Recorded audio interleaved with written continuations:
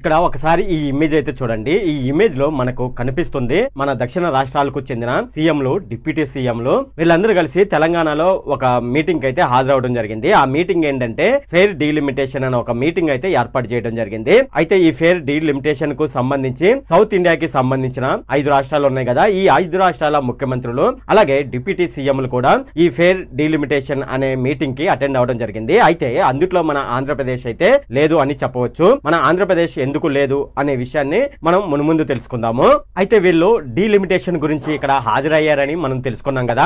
ఈ డీలిమిటేషన్ కి సంబంధించి ఎందుకు ఇక్కడ మీటింగ్ పెట్టుకోవడం జరిగింది, అసలు ఈ డీలిమిటేషన్ అంటే ఏంటి అనే విషయాన్ని మనం చూద్దాము. అయితే దీనికి సంబంధించి నేను ఒక ఉదాహరణ అయితే చెప్తాను. అదేమిటంటే ఒక తండ్రికి అయితే 2 కొడుకులు ఉన్నారు. అయితే ఆ 2 కొడుకుల్లో ఒక కొడుకు బాగా చదువుకున్నాడు, అలాగే అతను తండ్రి ఏది చెప్తే అది వినేవాడు. అలాగే రెండో కొడుకు చూసుకున్నట్లయితే అతను ఎక్కువగా చదివేవాడు కాదు, అలాగే తండ్రి చెప్పిన మాట వెనుకోకుండా తన ఇష్టం వచ్చినట్లు తను ప్రవర్తిస్తూ ఉండేవాడు. ఫస్ట్ కొడుకు బాగా చదువుకొని ఉద్యోగం చేస్తున్నాడు, అలాగే సెకండ్ కొడుకు సరిగ్గా చదువుకోక చివరికి ఒక జులాయి లాగా తయారైపోయాడు. అయితే చివరికి తండ్రి చనిపోయే సమయంలో ఆస్తి అయితే పెంపకాలు అయితే జరుగుతాయి కదా. సో ఆస్తి పెంపకాలు జరుగుతున్న క్రమంలో తన పెద్ద కొడుకు ఉన్నాడు కదా, తన పెద్ద కొడుకు బుద్ధిమంతుడు, బాగా చదువుకున్నాడు, అలాగే జాబ్ కూడా చేస్తున్నాడు. అయితే తండ్రి తన పెద్ద కొడుకుని పిలిచి, నీకు జాబ్ ఉంది, అలాగే బుద్ధిమంతుడవు, బాగా చదువుకున్నావు కాబట్టి నీకు తక్కువ ఆస్తి ఇస్తాను, అలాగే తమ్ముడు సరిగ్గా చదువుకోలేదు, అతనికి సరైన జాబ్ లేదు కాబట్టి తనకు ఆస్తిలో వాటాని అయితే ఇస్తాను అన్నాడు అనుకోండి. సో అటువంటి సమయంలో ఆ పెద్ద కొడుకు ఏమనిపిస్తుంది, ఏంటి అనే విషయాలు ఈ వీడియో మొత్తం మీరు చూసినట్లయితే మీకే అర్థమవుతుంది. అయితే ఇప్పుడు మనం ఈ వీడియోలో డీలిమిటేషన్ అంటే ఏమిటి, దక్షిణాది రాష్ట్రాలకు మన సెంట్రల్ గవర్నమెంట్ నుంచి అయితే మనకైతే ఫండ్స్ అయితే వస్తూ ఉంటాయి. అయితే ఆ ఫండ్స్ తక్కువగా వస్తాయంట, అలాగే మన స్టేట్స్ లో చూసుకున్నట్లయితే ఎంపీ సీట్స్ కూడా తగ్గిపోతాయని చెప్తున్నారు. ఈ వీడియోలో చూద్దాము. నమస్తే ఫ్రెండ్స్, నా పేరు సతీష్ బాబు. నేను ఎప్పటికప్పుడు సమాజానికి అవేర్నెస్ తీసుకొచ్చే వీడియోస్ అయితే చేస్తూ ఉంటాను. అలాగే మేము ఈ వీడియో చేయడానికి చాలా కష్టపడవలసి ఉంటుంది. అంటే రోజుకి సుమారుగా 8 గంటలు అయితే ఈ వీడియో పైన వర్క్ చేయవలసి ఉంటుంది. ఈ వీడియో ఎవరైతే ఫస్ట్ టైం నా వీడియోని అయితే చూస్తున్నారో వాళ్ళైతే తప్పకుండా అయితే సబ్స్క్రైబ్ చేసుకోండి. ఇలా మీరు ఒకసారి సబ్స్క్రైబ్ చేసుకున్నట్లయితే మీరు మేము చేసిన వీడియోకి కొద్దిగా సపోర్ట్ ఇచ్చిన వాళ్ళు అవుతారు. అలాగే మేము చేసిన కష్టాన్ని కూడా మేము మర్చిపోతూ ఉంటాము. ఈ డీలిమిటేషన్ గురించి కేటీఆర్ గారు మాట్లాడుతూ, ఇప్పుడు మనం ఈ డీలిమిటేషన్ ని ఆపకపోతే మన భవిష్యత్తులో మన భావితరాలు మనను తిట్టుకుంటాయని కేసీఆర్ గారు లాంటి పెద్దవాళ్లే చెప్తున్నారు. మన రాష్ట్రాలకు జరిగే ఎన్నికల్లో మనం ఇద్దరికైతే ఓట్లు అయితే వేస్తూ ఉంటాము. ఒకటి ఎమ్మెల్యేకి ఓటేస్తాం, ఇది మన రాష్ట్రానికి సంబంధించింది. అలాగే సెంట్రల్ గవర్నమెంట్ కి సంబంధించి మనం ఎంపీలకు ఓటు వేస్తూ ఉంటాము. మనకి పార్లమెంట్ లో లోక్సభ, రాజ్యసభ ఎంపీలు ఉన్నారు కదా. సో మనం లోక్సభ ఎంపీలను ఒకసారి పక్కన పెడదాం. మనం రాష్ట్రంలో ఎమ్మెల్యేలకు ఓటేసామనుకోండి, దానికి అర్థం ఏమిటంటే మన రాష్ట్రంలో ఉన్న సమస్యలను అసెంబ్లీలో పెడతారని. ఎంపీలకు ఓటేస్తే మన రాష్ట్రంలో ఉన్న సమస్యలను సెంట్రల్ గవర్నమెంట్ వరకు తీసుకువెళ్తారని మనం ఎంపీలకు ఓటు వేస్తూ ఉంటాము. పూర్తిగా మనం చెప్పుకోవాలంటే మన నియోజకవర్గంలో ఉన్న సమస్యలను మన స్టేట్ వరకు రిప్రజెంట్ చేయడానికి ఎమ్మెల్యే కావాలి. మన స్టేట్ కు ఉన్న సమస్యలను పార్లమెంట్ వరకు దాన్ని రిప్రజెంట్ చేయడానికి మనకు సెంట్రల్ లో ఎంపీలు ఉండాలి. అవును కదా, ఇదే కరెక్ట్ అయిన ప్రొసీజర్. ఇక మన స్టేట్ లో చూసుకున్నట్లయితే ఎమ్మెల్యే సీట్లు 175 మన ఆంధ్రప్రదేశ్ లో ఉన్నాయి. అలాగే తెలంగాణలో ఎమ్మెల్యే సీట్లు చూసుకున్నట్లయితే 190 ఎమ్మెల్యే సీట్లు అయితే తెలంగాణలో ఉన్నాయి. ఇక పార్లమెంట్ కు సంబంధించి లోక్సభలో ఉన్న ఎంపీ సీట్లు మనం చూసుకున్నట్లయితే మొత్తం 543. సో ఇక్కడే మనకు డీలిమిటేషన్ అనే ప్రక్రియ అనేది ఇక్కడ అర్థమవుతుంది. జాగ్రత్తగా వినండి. మన ఇండియా జనాభా చూసుకున్నట్లయితే ఎప్పుడు కాన్స్టెంట్ గా ఉండదు, అంటే ఎప్పుడు స్థిరంగా ఉండదు. అది కొన్ని స్టేట్లలో తగ్గుతుంది, అలాగే కొన్ని స్టేట్లలో పెరుగుతూ ఉంటుంది. ఫర్ ఎగ్జాంపుల్ గా మనం చూసుకున్నట్లయితే స్వతంత్రం వచ్చిన మొదటి రోజుల్లో, అంటే అప్పటి కాలంలో మనం చూసుకున్నట్లయితే జనాభా లెక్కలు చూడడం జరిగింది. అయితే అప్పుడు మన ఇండియా జనాభా చూసుకున్నట్లయితే 36 కోట్లు. అయితే అదే ఇండియా జనాభా ఇప్పుడు చూసుకున్నట్లయితే 143 కోట్లు. అలాగే మన నియోజకవర్గ జనాభా చూసుకున్నట్లయితే మన నియోజకవర్గ జనాభా కూడా క్రమేణా పెరుగుతూ వచ్చింది. అలాగే ఒక వ్యక్తి, అంటే ఒక ఎమ్మెల్యే అయినా ఎంపీ అయినా సరే, పెరుగుతున్న పాపులేషన్ ను తను ఒక్కడే ఎలా చూసుకుంటాడు, అంటే నియోజకవర్గంలో ఉండే ప్రజల కష్టాలను ఎలా ఒక్కడే ఆలకిస్తాడు. ఇటువంటి సమయంలో జరగాల్సింది ఏంటంటే మన ఇండియాలో ఎమ్మెల్యేల సంఖ్య పెంచాలి, అలాగే ఎంపీల సంఖ్య కూడా పెరగవలసి ఉంటుంది. అలాగే ఇలా సంఖ్య పెరిగినప్పుడు బౌండరీలు కూడా కొత్తగా ఏర్పడుతూ ఉంటాయి. ఎంపీలకు ఎమ్మెల్యేలకు కొత్తగా బౌండరీలు అయితే గీయవలసి ఉంటుంది. ఇలా బౌండరీలు గీయడం వల్ల ఏర్పడిందే డీలిమిటేషన్. అలాగే మన ఇండియాలో జనాభా పెరిగినప్పుడల్లా, అంటే మనకు సెన్సస్ ఉంటుంది కదా, అంటే జనాభా లెక్కలు ఉంటాయి కదా, ఆ జనాభా లెక్కలు జరిగిన ప్రతిసారి ఈ డీలిమిటేషన్ ప్రాసెస్ అయితే జరుగుతూ ఉంటుంది. ఎందుకంటే సెన్సస్ లో మనకు జనాభా ఎంత పెరిగింది ఏంటని అక్కడ చూపడం జరుగుతుంది కదా. అలాగే ఆ జనాభాను బట్టి మనకు ఎంపీ సీట్లు, ఎమ్మెల్యే సీట్లు పెంచడం లేదంటే కొన్ని రాష్ట్రాల్లో తగ్గించడం జరుగుతూ ఉంటుంది. అయితే ఇది మన రాజ్యాంగంలో ఆర్టికల్ 82 ప్రకారం అయితే జరుగుతుంది. అలాగే ఆర్టికల్ 82 ప్రకారం మనం చూసుకున్నట్లయితే ఇది ఎంపీ సీట్లకు సంబంధించి ఆర్టికల్ 82 అనమాట. అలాగే మన స్టేట్ కి సంబంధించి ఎమ్మెల్యే సీట్లకు సంబంధించి రాజ్యాంగంలోని ఆర్టికల్ 170 ప్రకారం చూసుకున్నట్లయితే ఎమ్మెల్యే సీట్లకు సంబంధించి దాంట్లో మెన్షన్ చేయడం జరిగింది. మనకు స్వతంత్రం వచ్చిన తర్వాత మొదటిగా 1952 డీలిమిటేషన్ జరిగింది. ఇది ఎలా జరిగిందంటే 1951 జనాభా లెక్కల ప్రకారం 1952 మనకు డీలిమిటేషన్ జరిగింది. అలాగే మనకు చూసుకున్నట్లయితే 10 సంవత్సరాలకు ఒకసారి మనకు జనాభా లెక్కలు అయితే జరుగుతూ ఉంటాయి. 1961 తర్వాత 1963 మనకు డీలిమిటేషన్ చేయడం జరిగింది. అది కూడా 1961 జనాభా లెక్కల ప్రకారం చేశారు. అలాగే 1971 జనాభా లెక్కలు అయితే జరిగాయి. 1971 జనాభా లెక్కల ప్రకారం మనకు 1973 డీలిమిటేషన్ చేశారు. దాని తర్వాత 1976 ఒక విషయం అయితే జరిగింది. అదేమిటంటే మనకు 1976 దేశం ఆ టైంలో ఎమర్జెన్సీలో ఉంది. అటువంటి సమయంలో మనకు ప్రధానమంత్రి ఇందిరాగాంధీ. అయితే ఆ టైంలో మన ఇండియా జనాభా అనేది విపరీతంగా పెరిగిపోతుంది. అటువంటి సమయంలో మన ప్రధానమంత్రి అయినటువంటి ఇందిరాగాంధీ గారు 42 అమెండ్మెంట్ అయితే తీసుకురావడం జరిగింది. అయితే ఆ టైంలో 1981 జనాభా లెక్కలు జరగాలి. అయితే 1981 జనాభా లెక్కల ప్రకారం 1983 డిలిమిటేషన్ చేయవలసి ఉంటుంది. అయితే దానికంటే ముందే 1976 మన భారతదేశం ఎమర్జెన్సీలో ఉండడం వల్ల 1976 42 అమెండ్మెంట్ అయితే తీసుకురావడం జరిగింది. ఆ టైంలో ఇందిరాగాంధీ గారు ఒక డెసిషన్ అయితే తీసుకురావడం జరిగింది. అదేమిటని చూసుకున్నట్లయితే ఎంపీ సీట్లకు సంబంధించిన డీలిమిటేషన్ ప్రాసెస్ అనేది ఈ డీలిమిటేషన్ అనేది స్టాప్ చేయడం జరిగింది. అయితే అప్పటి వరకు పార్లమెంట్ లో లోక్సభ సీట్లు 543, ఇప్పటి వరకు చూసుకున్నట్లయితే 543 ఉన్నాయి. అయితే అప్పటి కాలంలో ఆమె 25 సంవత్సరాల పాటు ఈ ఎంపీ సీట్లను ఒక విధంగా చెప్పాలంటే ఫ్రీజ్ చేయడం జరిగింది. అంటే డీలిమిటేషన్ అనే ప్రాసెస్ జరగదు. అయితే ఇప్పుడు మనం చూస్తున్నాం లోక్సభ సీట్లు చూసుకున్నట్లయితే 543 అది ఎప్పుడు బ్లాక్ చేయడం జరిగిందంటే ఆమె ఇందిరాగాంధీ గారు ఉన్నప్పుడే 25 సంవత్సరాలు అయితే దాన్ని బ్లాక్ చేయడం జరిగింది. అయితే దాని తర్వాత ఇక ఆ 25 సంవత్సరాలు కంప్లీట్ అయిపోయిన తర్వాత అప్పటి సమయంలో ఎన్డీఏ గవర్నమెంట్ లో ఉన్న అటల్ బిహారీ వాజ్పేయి గారు మరో 25 సంవత్సరాలు ఈ ఎంపీ సీట్లను బ్లాక్ చేయడం జరిగింది. అయితే మొత్తం 50 సంవత్సరాలు అయితే ఈ ఎంపీ సీట్లు అయితే బ్లాక్ అవడం జరిగింది. అయితే లోక్సభ సీట్లు అప్పటి నుంచి ఇప్పటి వరకు చూసుకున్నట్లయితే 543 అలాగే ఉన్నాయి. 1976 నుంచి డీలిమిటేషన్ అనేది జరగలేదు కాబట్టి 1976 నుంచి 2026 వరకు చూసుకున్నట్లయితే ఈ లాకింగ్ పీరియడ్ అయిన 50 సంవత్సరాలు అయితే కంప్లీట్ అయిపోయింది. అయితే మనకి ఇక్కడ ఒక డౌట్ అయితే ఉంది. అదేమిటంటే మనకు 2021లో జనాభా లెక్కలు జరగలేదు కదా. మరి 2021లో జనాభా లెక్కలు జరగకపోతే 2026లో ఏ జనాభా లెక్కల ప్రాతిపదికన తీసుకొని 2026లో డీలిమిటేషన్ చేస్తారనేది చాలా మందికి డౌట్ అయితే ఉంది. అయితే ఈ బ్లాకింగ్ పీరియడ్ లో ఏం జరిగిందంటే జనాభా అనేది విపరీతంగా పెరిగిపోయింది. అయితే మన దక్షిణాది రాష్ట్రాలైనటువంటి ఆంధ్రప్రదేశ్, తెలంగాణ, తమిళనాడు, కేరళ, కర్ణాటక రాష్ట్రాలు మనం చూసుకున్నట్లయితే పాపులేషన్ అనేది బాగా తగ్గిపోయింది. అలాగే మన జీడిపి చూసుకున్నట్లయితే మన జీడిపి కూడా పెరిగింది. అయితే మన సౌత్ స్టేట్ లో కంటే నార్త్ స్టేట్ లో చూసుకున్నట్లయితే ఎక్కువ జనాభా పెరిగింది. ఇలా ఎక్కువ జనాభా పెరగడం వల్ల ఏం జరుగుతుందంటే అక్కడ ఎంపీ సీట్లు, ఎమ్మెల్యే సీట్లు అయితే పెంచుకోవడానికి అయితే అవకాశం ఉంది. అయితే సౌత్ స్టేట్ లో చూసుకున్నట్లయితే నార్త్ ఇండియాలో పెరిగినంత విధంగా మన సౌత్ స్టేట్ లోనైతే జనాభా పెరగలేదు. అలా పెరగపోవడం వల్ల మనకు సెంట్రల్ గవర్నమెంట్ నుండి వచ్చే ఫండ్స్ చూసుకున్నట్లయితే చాలా తక్కువగా వస్తున్నాయి. అంటే జనాభా పెరుగుదలను బట్టి వాళ్ళు ఎంపీ సీట్లు ఇస్తానని చెప్పారు. అయితే మనకు జనాభా అనేది నార్త్ ఇండియాతో పోల్చినట్లయితే సౌత్ ఇండియాలో అంతగా పెరగపోవడం వల్ల మనకు ఎంపీ సీట్లు తగ్గే అవకాశం అయితే ఉంది. ఇక మనకు సెంట్రల్ గవర్నమెంట్ నుంచి ఫండ్స్ ఏ విధంగా తగ్గాయని మనం చూసుకున్నట్లయితే సో ఇక్కడ చూపిన విధంగా మనకు ఫండ్స్ అయితే తగ్గిపోయాయి. అయితే మీరు ఒకసారి ఇక్కడ చూపిస్తున్న మ్యాప్ అయితే ఒకసారి గమనించండి. ఇక్కడ మనం కట్టే ప్రతి 100 రూపాయలకు అంటే మనం 100 రూపాయలు ట్యాక్స్ కడుతున్నాం అనుకోండి, అది తిరిగి ఫండ్స్ రూపంలో మన స్టేట్స్ కి ఎంత అమౌంట్ వస్తుందనేది ఇక్కడ పర్టికులర్ గా వివరించడం జరిగింది. ఇక్కడ మనం చూసుకున్నట్లయితే ఆంధ్రప్రదేశ్ లో మనం 100 రూపాయలు ట్యాక్స్ కడుతున్నాం అనుకోండి, మనకి ఇక్కడ 46 రూపాయలు మాత్రమే ఫండ్స్ రూపంలో సెంట్రల్ గవర్నమెంట్ నుంచి తిరిగి వస్తుంది. అలాగే మనకు తెలంగాణ చూసుకున్నట్లయితే 49 రూపాయలు అనమాట. అలాగే మనకి ఇక్కడ చూసుకున్నట్లయితే మరీ దారుణంగా మనకి ఇక్కడ కర్ణాటక చూసుకోండి, కర్ణాటకలో 13 రూపాయలు మాత్రమే ఆ స్టేట్ కి అయితే తిరిగి వస్తుంది ఫండ్స్ రూపంలో. అలాగే ఇక్కడ మహారాష్ట్ర చూసుకున్నట్లయితే మహారాష్ట్రలో 7 రూపాయలు వస్తుంది అనమాట. వాళ్ళు 100 రూపాయలు కడితే తిరిగి సెంట్రల్ గవర్నమెంట్ నుంచి ఫండ్స్ రూపంలో 7 రూపాయలు మాత్రమే తిరిగి వస్తుంది. ఇది మన సౌత్ స్టేట్స్ అనమాట. అయితే ఇక్కడ నార్త్ స్టేట్స్ మనం చూసుకున్నట్లయితే ఉత్తరప్రదేశ్ కి వాళ్ళు 100 రూపాయలు కడితే ఇక్కడ చూడండి 333 రూపాయలు అయితే తిరిగి వస్తుంది. అలాగే మధ్యప్రదేశ్ చూసుకున్నట్లయితే 279 రూపాయలు అయితే వస్తుంది.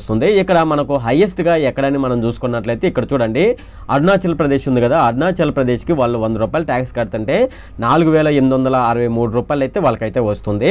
అలాగే మనకి ఇక్కడ కొన్ని స్టేట్స్ మనం చూసుకున్నట్లయితే ఇక్కడ వీళ్ళకి కూడా ఎక్కువగా వస్తుందని చెప్పవచ్చు. నాగాలాండ్, బీహారు ఇటువంటి స్టేట్ లో మనం చూసుకున్నట్లయితే వాళ్ళకైతే ఎక్కువగానైతే ఫండ్స్ అయితే వస్తున్నాయి. ఇక్కడ కారణం ఏమిటంటే వీళ్ళు జనాభా ప్రాతిపదికన ఫండ్స్ అయితే రిలీజ్ చేస్తున్నామని వాళ్ళైతే చెప్తున్నారు. మన సౌత్ లో ఉన్న స్టేట్ స్టేట్స్ లో జనాభా పెరుగుదల అనేది అంతగా లేదనమాట. అంతగా లేకపోవడం వల్ల మనకు సెంట్రల్ గవర్నమెంట్ నుండి వచ్చే ఫండ్స్ అనేది తక్కువగా ఉన్నాయి. నార్త్ ఇండియాలో జనాభా అనేది విపరీతంగా పెరిగిపోవడం వల్ల వాళ్ళకు 100 రూపాయలు కడితే దానికి మించి 200%, 300% అని నేను ఇక్కడైతే చెప్పట్లేదు. టోటల్ గా వాళ్ళకైతే ఎక్కువ ఫండ్స్ అయితే వస్తున్నాయి. అయితే మనం స్టేట్స్ లో మనం ట్యాక్స్ కడుతున్నాం కదా, ఈ ట్యాక్స్ అంతా ఏమైపోతుంది, మనకి ఎంత అమౌంటే వస్తుందని మనం అనుకున్నట్లయితే మనం కట్టిన ట్యాక్స్ మొత్తం ఇక్కడ చూసుకున్నట్లయితే నార్త్ ఇండియాకి అయితే వెళ్ళిపోతుంది అనమాట. అది మన వల్ల బాధ. జనాభా పెరగపోవడం వల్ల మనకు ఫండ్స్ అనేది ఈ విధంగానైతే తగ్గిపోతున్నాయని మన రాజకీయ నాయకులు అయితే గోల చేస్తున్నారు. అలాగే ఈ డీలిమిటేషన్ అనేది 2026లో జరుగుతుంది. అయితే దానికి సంబంధించి చూసుకున్నట్లయితే మన సౌత్ ఇండియా స్టేట్ లో చూసుకున్నట్లయితే ఎంపీ సీట్ల సంఖ్య కూడా తగ్గే అవకాశం అయితే ఉంది. ఇలా తగ్గుతున్నాయనే ఉద్దేశంతోనే మన సౌత్ ఇండియా స్టేట్స్ అయినటువంటి ఆంధ్రప్రదేశ్, తెలంగాణ, కర్ణాటక, తమిళనాడు వంటి స్టేట్స్ మొత్తం కలిపి తెలంగాణలో ఫేర్ డిలిమినేషన్ అనే పేరుతో ఒక మీటింగ్ అయితే ఏర్పాటు చేయడం జరిగింది. ఆ మీటింగే మనం మొదట్లో చెప్పుకున్న మీటింగ్. అయితే ఇందులో చూసుకున్నట్లయితే మన ఆంధ్రప్రదేశ్ అనేది పార్టిసిపేట్ చేయలేదు. మన ఆంధ్రప్రదేశ్ నుంచి సీఎం గానీ అలాగే డిప్యూటీ సీఎం గానీ ఈ మీటింగ్ అయితే అటెండ్ కాలేదు. దానికి కారణం ఏమిటంటే బీజేపీతో వాళ్ళకు అనుకూల సంబంధాలు అయితే ఉన్నాయి. అయితే ఈ డీలిమిటేషన్ అనే ప్రాసెస్ అనేది సెంట్రల్ గవర్నమెంట్ తెచ్చింది కాబట్టి ఈ మీటింగ్ అటెండ్ అయితే బీజేపీకి అలాగే టీడీపీకి మధ్యలో ఉన్న సంబంధాలు తగ్గిపోయే అవకాశం ఉందని మన ఆంధ్రప్రదేశ్ లో ఉన్న టీడీపీ గవర్నమెంట్ భావించి ఈ ఫేర్ డీలిమిటేషన్ అనే మీటింగ్ అయితే మన ఆంధ్రప్రదేశ్ నుంచి ఎవరు కూడా హాజరు కాలేదు. అలాగే ఈ డీలిమిటేషన్ ప్రాసెస్ గురించి మన తెలంగాణ సీఎం అయినటువంటి రేవంత్ రెడ్డి గారు అసెంబ్లీలో ఒక తీర్మానం అయితే ప్రవేశపెట్టడం జరిగింది.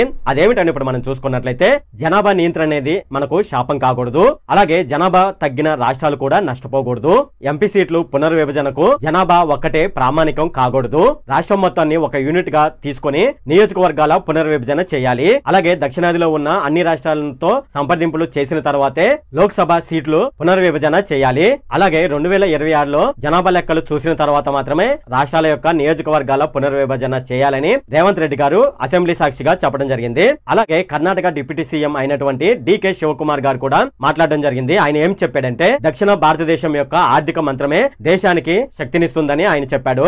దానికి రాజకీయ స్వరం ఎందుకు కుచించుకుపోవాలి, న్యాయం అవసరమని డికే శివకుమార్ గారు అయితే చెప్పడం జరిగింది. అలాగే తెలంగాణ బీఆర్ఎస్ లీడర్ అయినటువంటి కేటీఆర్ గారు కూడా మాట్లాడడం జరిగింది. ఆయన చెప్పింది ఏంటంటే జనాభా ప్రాతిపాదికన ఎంపీ సీట్లకు సంబంధించి డీలిమిటేషన్ చేయడం అనేది మనం అనుమతించకూడదు. అంటే జనాభా ప్రాతిపాదికన డీలిమిటేషన్ చేయడాన్ని మేము అనుమతించబోమని ఆయన చెప్పడం జరిగింది. ప్రజాస్వామ్యం డెమోక్రసీ కాదు. అలాగే డీలిమిటేషన్ కు సంబంధించి ఎంపీ సీట్ల పెరుగుదలకు సంబంధించి ఏర్పాటు చేసిన సమావేశంలో ఆయన మరిన్ని వివరాలు కూడా చెప్పడం జరిగింది. దక్షిణాది రాష్ట్రాల జీడిపి మొత్తం చూసుకున్నట్లయితే మన దేశ జీడిపిలో 36% మన దక్షిణాదినే ఉంది. అందుకే జనాభా ప్రాతిపదికన కాకుండా మన దక్షిణ రాష్ట్రాలకు 36% ఎంపీ సీట్లు ఎందుకు ఇవ్వకూడదని ఆయన చెప్పడం జరిగింది. దేశ నిర్మాణంలో సహాయపడే దక్షిణాది రాష్ట్రాలకు ప్రతిఫలం అనేది ఎందుకు దక్కకూడదు అని ఆయన చెప్పడం జరిగింది. జనాభా మాత్రమే కాకుండా ఆర్థిక సహకారం కూడా ఒక ముఖ్యమైన అంశంగా ఉండాలని ఆయన చెప్పడం జరిగింది. ఇక తమిళనాడు ఎంపీ అయినటువంటి కనుమజు కూడా మాట్లాడడం జరిగింది. ఆమె ఏమని మాట్లాడిందని చూసుకున్నట్లయితే డీలిమిటేషన్ ప్రాసెస్ అనేది పారదర్శకంగా అలాగే దక్షిణాదిలో ఉన్న అన్ని రాష్ట్రాలను కలుపుకొని డీలిమిటేషన్ ప్రాసెస్ అనేది చేయవలసి ఉంటుందని ఆమె చెప్పడం జరిగింది. అంతేగాక ఏకగ్రీవంగా డీలిమిటేషన్ ప్రాసెస్ జరగకూడదని ఆమె చెప్పింది. అలాగే మన దేశంలో జనాభా అనేది పెరగకుండా ఉండడానికి 42వ, 84వ, 87వ రాజ్యాంగంలో సవరణ చేయడం జరిగింది. అయితే ఆ సవరణ కోసం చేసిన లక్ష్యం అనేది ఇంకా నెరవేరలేదని ఆమె చెప్పడం జరిగింది. అయితే డీలిమిటేషన్ ప్రాసెస్ అనేది ఇప్పటి వరకు జరగలేదు. అయితే ఇది అప్పటి నుంచి ఇప్పటి వరకు చూసుకున్నట్లయితే 50 సంవత్సరాలు అనేది ఇది లాక్ చేయబడింది. ఇంకా 25 సంవత్సరాలు ఈ డీలిమిటేషన్ ప్రాసెస్ అనేది పోస్ట్ పోన్ చేస్తే మంచిదని ఆమె చెప్పింది. అలాగే జనాభా నియంత్రణకు సంబంధించి తీసుకువచ్చిన అమెండ్మెంట్ లో చూసుకున్నట్లయితే మన దక్షిణాది రాష్ట్రాలు జనాభా నియంత్రణకు కట్టుబడి ఉన్నాయి. అలా కట్టుబడి ఉన్న రాష్ట్రాలకు శిక్ష అనేది విధించకూడదని ఆమె చెప్పింది. న్యాయమైన డీలిమిటేషన్ కోసం మేమందరం కలిసి పోరాడతామని ఆమె చెప్పింది. అయితే ఇప్పుడు మనం స్వతంత్రం వచ్చినప్పుడు మనకు డీలిమిటేషన్ చేశారు కదా, సో అప్పుడు ఎంతమంది జనాభాకు డీలిమిటేషన్ చేయడం జరిగింది, అప్పటి నుంచి ఇప్పటి వరకు మన నియోజకవర్గాల జనాభా అనేది ఏ విధంగా పెరిగింది అనేది ఇప్పుడు చూద్దాము. ఇక్కడ మీరు ఒక విషయం అయితే గమనించండి. ఇక్కడ మనం 1971 ప్రకారం ఎంతమంది జనాభాకి ఒక ఎంపీ సీటు కేటాయించడం జరిగింది అనేది ఇక్కడ పర్టికులర్ గా అయితే చూపిస్తుంది అనమాట ఈ మ్యాప్ లో. ఒకసారి చూడండి, మన ఆంధ్రప్రదేశ్ మనం చూసుకున్నట్లయితే మనకు ఆంధ్రప్రదేశ్ తెలంగాణ అనేది 1971లో కలిసే ఉన్నాయి కాబట్టి అక్కడ 10,61,041 జనాభాకి ఒక ఎంపీ సీట్ అయితే కేటాయించడం జరిగింది. అలాగే మనం కర్ణాటక చూసుకున్నట్లయితే చూసుకున్నట్లయితే 10,85,148 మందికి ఒక ఎంపీ సీట్ అయితే అక్కడ కేటాయించారు. అలాగే తమిళనాడు చూసుకున్నట్లయితే 10,56,388 మందికి ఒక ఎంపీ సీట్ అయితే మనకు తమిళనాడులో కేటాయించడం జరిగింది. అలాగే కేరళలో చూసుకున్నట్లయితే అక్కడ 1,00,000 ఎక్కువ అనమాట. 11,23,546 మంది జనాభాకి ఒక ఎంపీ సీట్ అయితే అక్కడ కేటాయించడం జరిగింది. మనం నార్త్ ఇండియాలో చూసుకున్నట్లయితే మనకు నార్త్ ఇండియాలో జనాభా ఎక్కువగా పెరిగారని మనం ఇంతకు ముందు చెప్పుకున్నాం కదా. సో ఆ జనాభా ప్రాతిపదికన అక్కడ ఎంపీ సీట్లు మనం చూసుకున్నట్లయితే ఇక్కడ చూడండి, మహారాష్ట్రలో 11,20,271 మంది, అలాగే మధ్యప్రదేశ్ లో చూసుకున్నట్లయితే 11,25,787 మంది, అలాగే ఉత్తరప్రదేశ్ లో మనం చూసుకున్నట్లయితే 10,39,312. ఇలాగా మన స్టేట్ వైజ్ గానైతే మనకైతే ఇక్కడ చూపిస్తుంది అనమాట. అంటే అప్పుడు జనాభా అనేది తక్కువగా ఉండడం వల్ల 10 లక్షల జనాభాకి ఒక ఎంపీ సీట్ అయితే యావరేజ్ గానైతే ఆ కాలంలో కేటాయించడం జరిగింది. ఇక మనం ప్రజెంట్ అంటే 2025లో జనాభా ఏ విధంగా ఉంది, వాళ్ళకు ఏ విధంగానైతే ఎంపీ సీట్లు కేటాయించుతారు అనేది ఇప్పుడు చూద్దాము. సో ఈ మ్యాప్ ను కూడా మీరు ఒకసారి చూడండి. ఇక్కడ మనం చూసుకున్నట్లయితే ఇది 2025కి సంబంధించిన మ్యాప్ అనమాట. ఇక్కడ మనం చూసుకున్నట్లయితే 2025లో మనకు తెలంగాణ ఆంధ్రప్రదేశ్ అనేది రెండుగా డివైడ్ అయిపోయింది కాబట్టి మన ఆంధ్రప్రదేశ్ లో 21,33,600 జనాభాకి ఒక ఎంపీ సీట్ అయితే కేటాయించడం జరుగుతుంది. అలాగే తెలంగాణలో మనం చూసుకున్నట్లయితే 22,51,294 మంది జనాభాకి ఒక ఎంపీ సీట్ అయితే కేటాయించడం జరిగింది. అంటే మనకు 1971 నుంచి 2025 వరకు మనం చూసుకున్నట్లయితే జనాభా అనేది పెరగడం వల్ల మనకి ఇక్కడ 21 లక్షల జనాభాకి ఒక ఎంపీ సీట్ అయితే ఇక్కడ కేటాయించడం జరిగింది. సో అలాగే మనం నార్త్ ఇండియాలో చూసుకున్నట్లయితే నార్త్ ఇండియాలో జనాభా అనేది మనకంటే ఎక్కువగా ఉంది కాబట్టి అక్కడ ఒకసారి మనం చూసుకున్నట్లయితే మహారాష్ట్రలో 26,53,333 మందికి ఒక ఎంపీ సీట్ అనమాట. అలాగే మధ్యప్రదేశ్ లో మనం చూసుకున్నట్లయితే 30,21,034 మందికి ఒక ఎంపీ సీటు. అలాగే ఉత్తరప్రదేశ్ లో మనం చూసుకున్నట్లయితే 29,75,975 మందికి ఒక ఎంపీ సీట్ అనమాట. అంటే అప్పటికే ఇప్పటికీ జనాభా అనేది ఎంత భారీ స్థాయిలో పెరిగిపోయిందని మనం ఇక్కడ ఈ మ్యాప్ ను చూస్తే అర్థమవుతుంది. అయితే ఇక్కడ ఈ మ్యాప్ ఏంటంటే 2026లో అంటే మనకు 2026లో డీలిమిటేషన్ అని చెప్తున్నారు కదా. 2026లో డీలిమిటేషన్ అనేది ఇప్పుడు పెరిగిన జనాభా ప్రకారం మనం చూసుకున్నట్లయితే 21 లక్షల మందికి ఒక ఎంపీని అయితే కేటాయించవలసి ఉంటుంది. సో ఇది సాధ్యమవుతుందా? ఇది సాధ్యం కాదు కాబట్టి ఎంపీ సీట్లు అయితే పెంచవలసి ఉంటుంది. ఇలా ఎంపీ సీట్లు పెంచాలంటే ముందు మనకు సెన్సస్ అయితే జరగవలసి ఉంటుంది. అయితే మనకు 2021లో కరోనా వల్ల సెన్సస్ అనేది జరగలేదు కాబట్టి మళ్ళీ 2026లో సెన్సస్ పెట్టి అంటే జనాభా లెక్కలు అయిపోయిన తర్వాత మనకు డీలిమిటేషన్ ప్రాసెస్ అనేది స్టార్ట్ చేస్తే మంచిదని నాకైతే అనిపిస్తుంది. ఈ వీడియో ఎవరైతే చివరి వరకు చూస్తున్నారో వాళ్ళైతే జై హింద్ అని కామెంట్ సెక్షన్ లో అయితే టైప్ చేయండి. ఇది ఫ్రెండ్ ఈ వీడియోలో. ఫ్రెండ్ ఈ వీడియో కనుక మీకు నచ్చినట్లయితే ఇక్కడ కింద ఉన్న రెడ్ కలర్ సబ్స్క్రైబ్ బటన్ మీద అయితే ప్రెస్ చేయండి. అలాగే ఈ వీడియోని మీ ఫ్రెండ్స్ అండ్ ఫ్యామిలీ మెంబర్స్ కి అయితే షేర్ చేయండి. అలాగే ఈ వీడియో సంబంధించి ఏమైనా కామెంట్లు ఉన్నాయి అనుకోండి, నాకు తప్పనిసరిగా కింద ఉన్న కామెంట్ సెక్షన్ లో అయితే తెలియజేయండి. ఈ వీడియో అంతే friend. Okay, thank you friend.